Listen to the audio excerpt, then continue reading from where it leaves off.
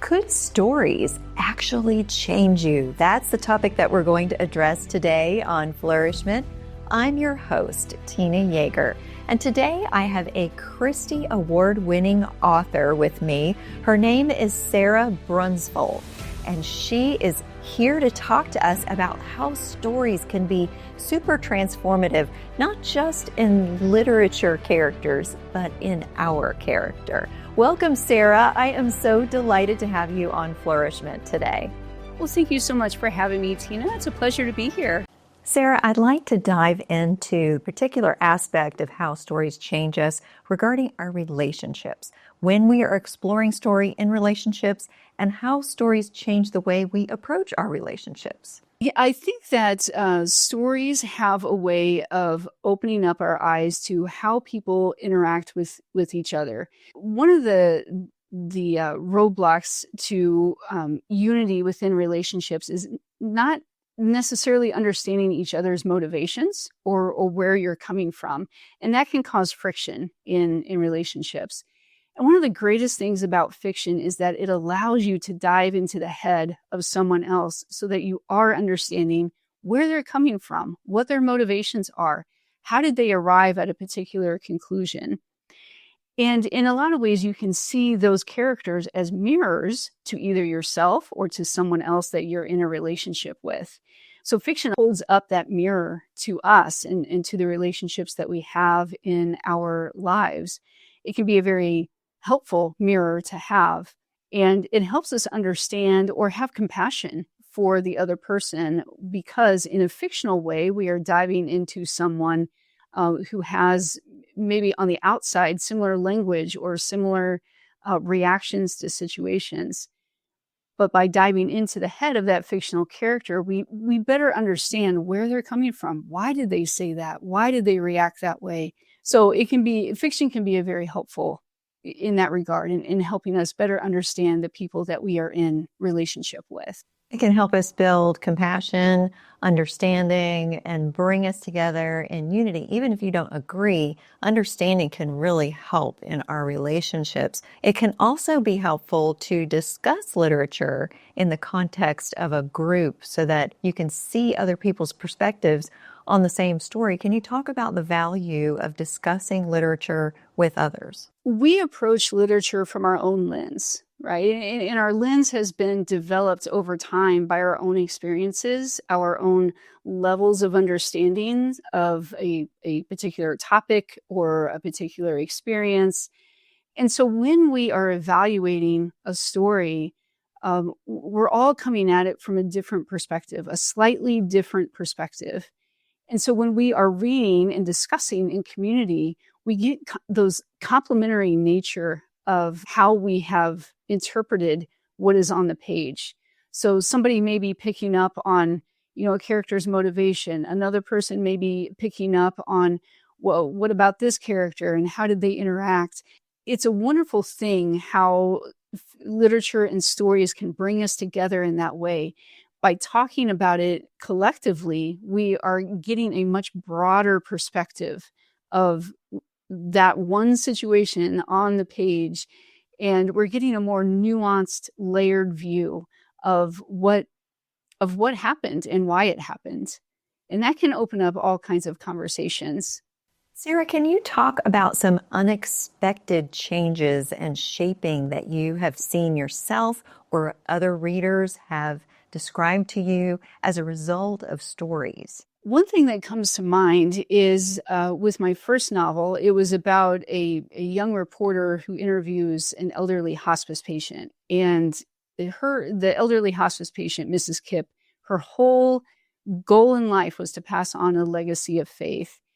And I certainly had a certain audience in mind when I was writing that, but surprisingly, I had an email from a reader who was an elderly gentleman, and he was not a believer by his own admission. He was not a churchgoer, I think was his word.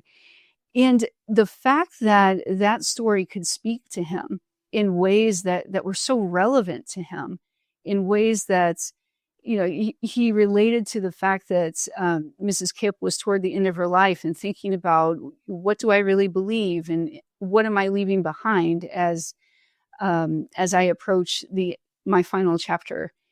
And so to see him kind of go in that direction of wondering, thinking kind of beyond himself and thinking about his own beliefs and why he believes what he does or why does he not believe what he doesn't, that was impactful to me. And it showed that, again, that stories can be interpreted in lots of different ways. And it's going to speak to me in a different way than it would speak to him.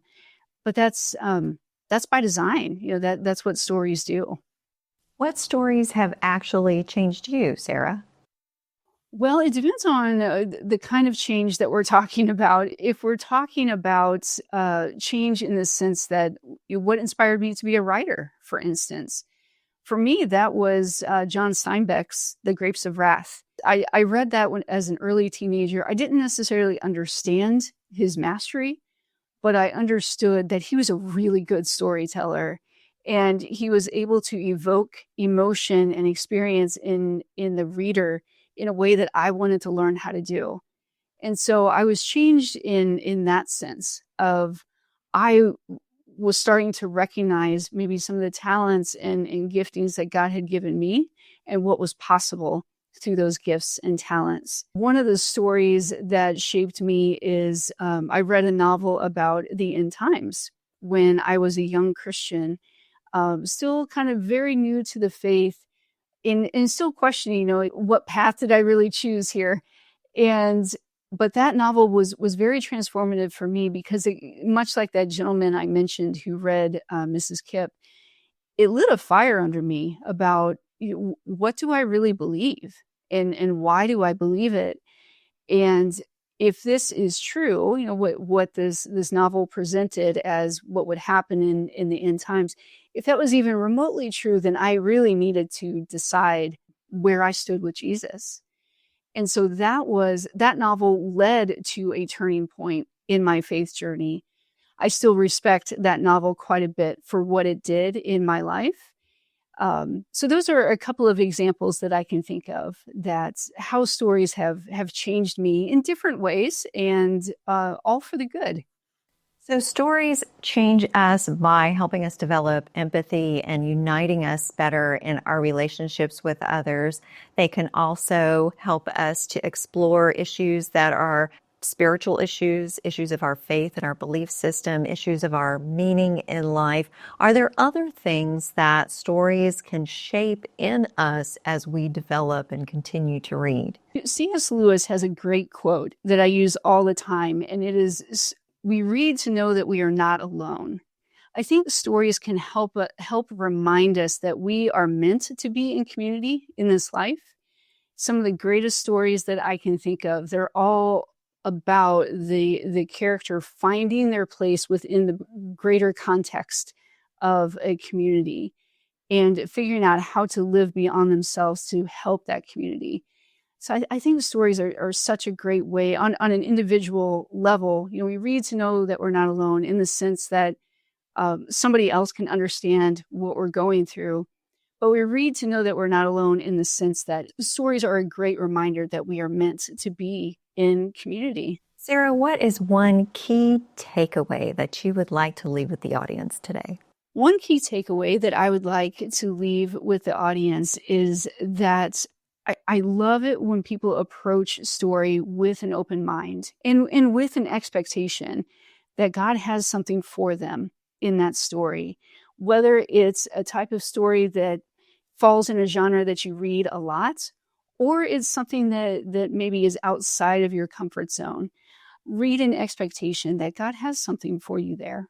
Sarah, how can people benefit from your stories and stay connected with you? I would love to connect with readers through my website, sarahbrunsvold.com. And I have a number of free downloads and resources for you there, as well as on Instagram and Facebook. Love to interact with you there as well. I hope that all of you listening were inspired to read some life-changing stories.